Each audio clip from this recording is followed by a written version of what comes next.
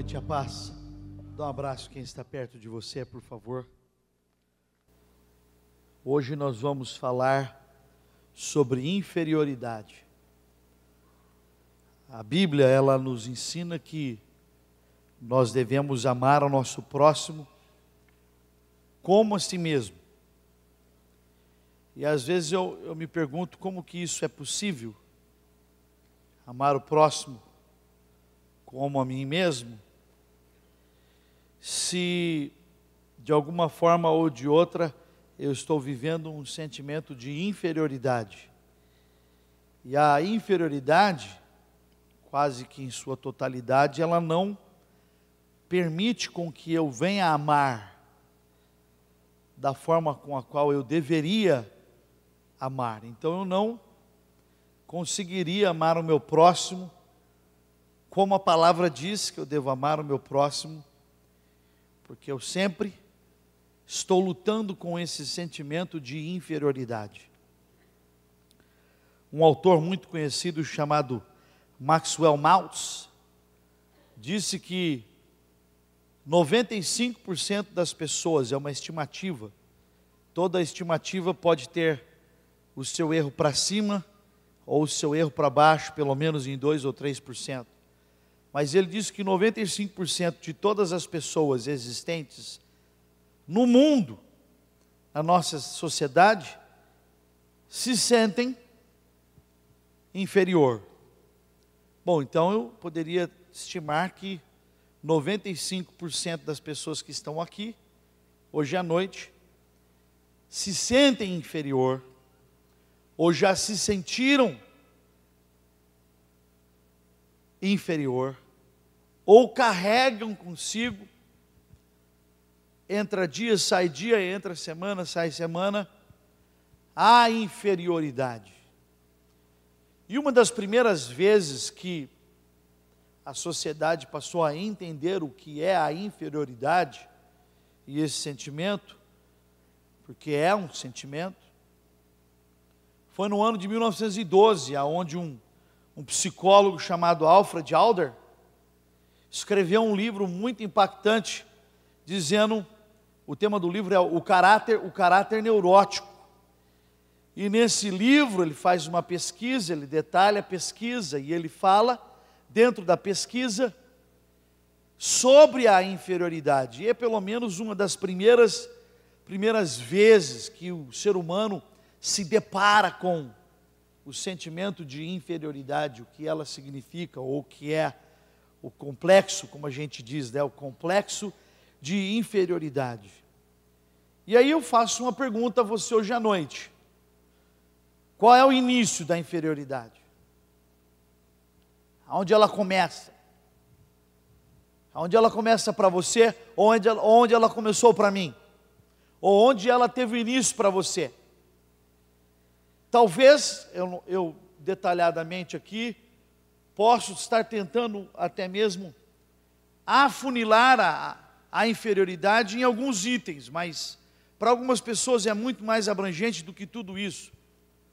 A inferioridade é um fator encontrado nos transtornos de ansiedade. Ela também está ligada com um ajustamento social pobre, um ajustamento social ruim. Isso quer dizer que o meu pano de fundo histórico pode ter uma influência muito negativa em quem eu sou. E porque eu tive um pano de fundo histórico, eu posso analisar a inferioridade de uma forma diferente. A inferioridade tem o seu início, acredite você não, em uma alimentação compulsiva. O indivíduo não para de comer, às vezes levanta de madrugada para assaltar a geladeira. Já fez isso? Eu faço direto, hein? Às vezes dá uma fome, eu vou para a geladeira.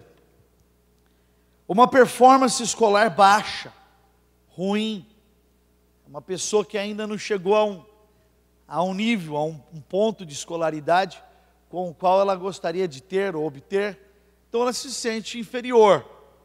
O início pode ser por aspirações vocacionais ou pelo engano também, tem esse item. O engano aqui está ligado mais com detalhezinhos que ninguém vê, que ninguém sabe. O início pode ter sido para você ou para outros, ou até mesmo no caso social, onde você está, a depressão, a delinquência, o abuso, gravidez indesejada. O abuso pode ser verbal, o abuso pode ser do poder, o abuso pode ser da impropriedade sexual, o abuso pode ser esses detalhes. E tudo isso pode ter muito, mas muito a ver com 3 itens interessantes, que é a escolha, a educação familiar e a adolescência. A escolha, a educação familiar e a minha e a sua adolescência. Por que a escolha? Porque pessoas podem escolher por nós, se assim permitirmos. Por que a escolha? Porque eu tenho o poder de tomar decisões. Por que família? Porque há 2 instituições na terra que Deus pode usar para transformar a nossa vida e a sociedade. Uma delas é a igreja, a outra é a família. E nem toda família tem o seu pano de fundo histórico maravilhoso. Se fôssemos aqui colocar no papel quantas pessoas foram marcadas negativamente por um fato da família, todo mundo levantaria a mão. Todo mundo ia dizer, há um problema com a família. E quase que tudo se desemboca no período da adolescência. Alguns passam a sofrer um pouquinho antes, mas o momento de crise, a adolescência. E às vezes nós não entendemos porque que somos um jovem ou um jovem adulto chato, ranzinza, quadrado, que sofre, está solteiro.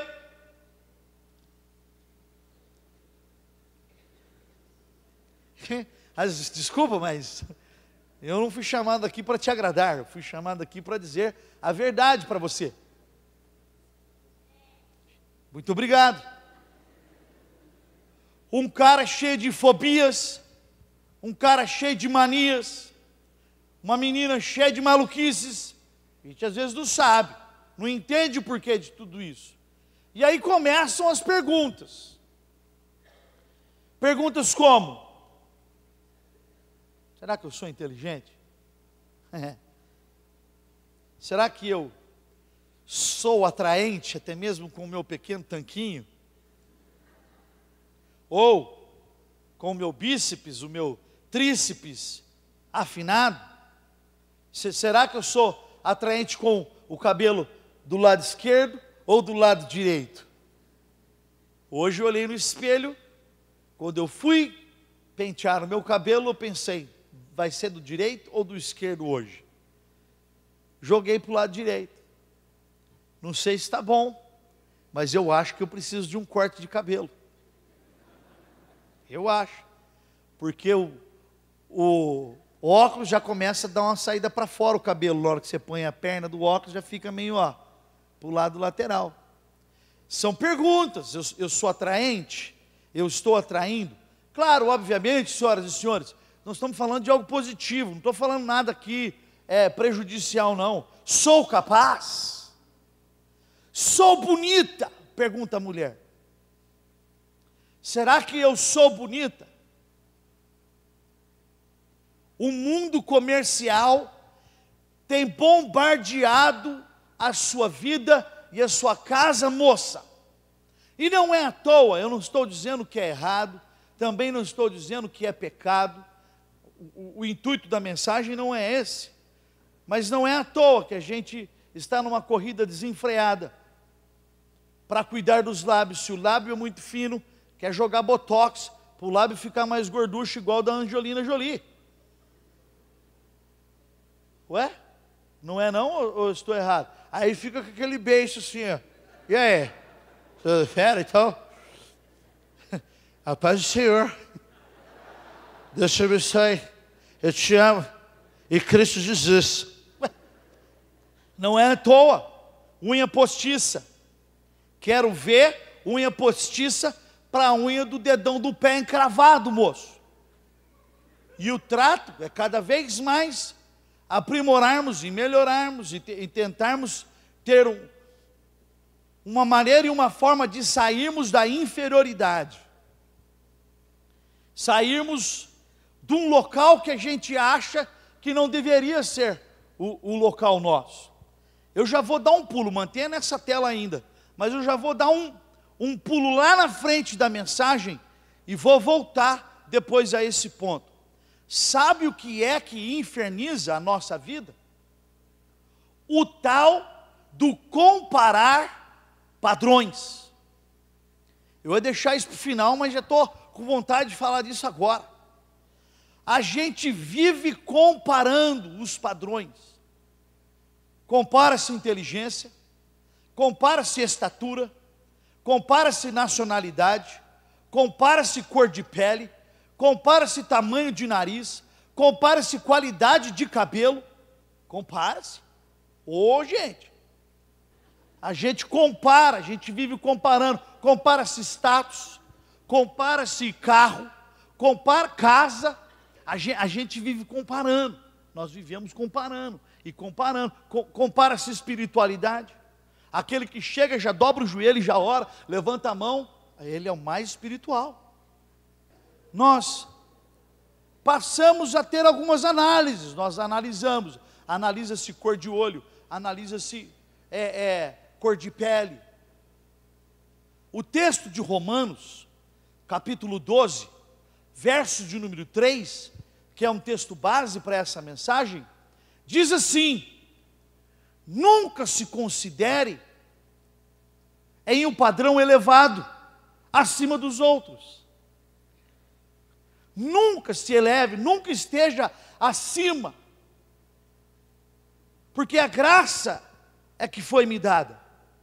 Eu sou o que sou pela graça, diga, eu sou o que sou pela graça. E a gente tem essa mania de ter o conceito acima ou o conceito abaixo. Normalmente essas comparações, elas geram desequilíbrio emocional, frustrações, existirá dor, autodepreciação, o que leva à inferioridade. Nós poderíamos gastar aqui 10, 15 minutos em cada frase, só falando de desequilíbrio emocional, de frustração, de dor. Quantas vezes você não chorou porque existiu um momento de inferioridade, de alguém ter olhado para você de uma maneira errada? Quantas vezes você não achou que por ser mulher não estava sendo aceita? Quantas vezes você não achou que porque perdeu o cabelo não foi recebido da forma legal? Quantas vezes nós paramos na cor da pele? Quantas vezes nós não somos barrados porque na maneira com a qual a gente olha para o nosso padrão, a gente diz: ah, se eu fosse um pouquinho mais alto, ah, se eu tivesse a oportunidade que ele teve, ah, se eu estivesse aquele dia, naquele lugar, naquela ocasião, eu seria. E a Bíblia diz em Provérbios que não é assim. E amarra toda a situação em Eclesiastes, aonde eu já preguei aqui falando que nem sempre a vitória é do mais veloz, nem sempre a batalha é vencida pelo mais forte, nem sempre o mais inteligente é o que domina sobre tudo e sobre todos. Por quê? Porque a situação e o acaso afeta a vida de todos, através do quê? De uma escolha. A escolha do casamento, a escolha para o trabalho, a escolha se eu vou servir a Deus ou não. As pessoas passam a comparar os seus próprios ideais, gente, com os dos outros. E aí vem algo que eu gostaria de chamar a sua atenção agora. E como existe uma individualidade, diga para alguém, individualidade, por favor. Joga na tela, me acompanha. Individualidade, ou seja, Deus criou você diferente. Você é único. Você é único. Não existe ninguém como você. Então por que é que eu e você paramos para ficar comparando padrões? Por que a gente compara? Por que eu fico comparando? Por que eu fico olhando para esses detalhes? Você é único. Não tem ninguém na face da terra criado, feito como você. A palavra de Deus diz em Salmo que quando você ainda era uma substância, quando você ainda era algo dentro do ventre da sua mãe, Deus já prestava atenção para aquilo que estava sendo formado, porque você é único. Quando você ainda era uma substância informe, diz as Sagradas Escrituras, está em Salmos, Deus já olhava para você, Deus já olhava para mim, o Senhor já prestava atenção para nós, está no texto, joga na tela por gentileza. Eu sei então, que Deus tem os olhos dele sobre mim, desde o início de todos os detalhes, desde o início de todas as coisas. Mas o que nos interfere e o que nos prejudica está ligado verdadeiramente com o fato de que eu sempre tenho o detalhe de ter que me comparar com alguém ou com alguma coisa. Por que eu nunca serei outra pessoa? Por que eu sou assim? As pessoas, elas argumentam, elas passam a argumentar consigo própria sobre os detalhes da sua vida. Por que eu não fui assim? Por que eu não pude ser dessa forma? Por que eu não pude ser criado de outra maneira? Como pode ser possível ele ter isso e eu não? Quase que sempre as pessoas estão argumentando e criticando aqueles que são mais abastados do que outros. Por que ele tem tanto dinheiro e eu não tenho? Por que ele é mais bonito do que eu e eu não? Posso jogar um detalhe para você sobre beleza?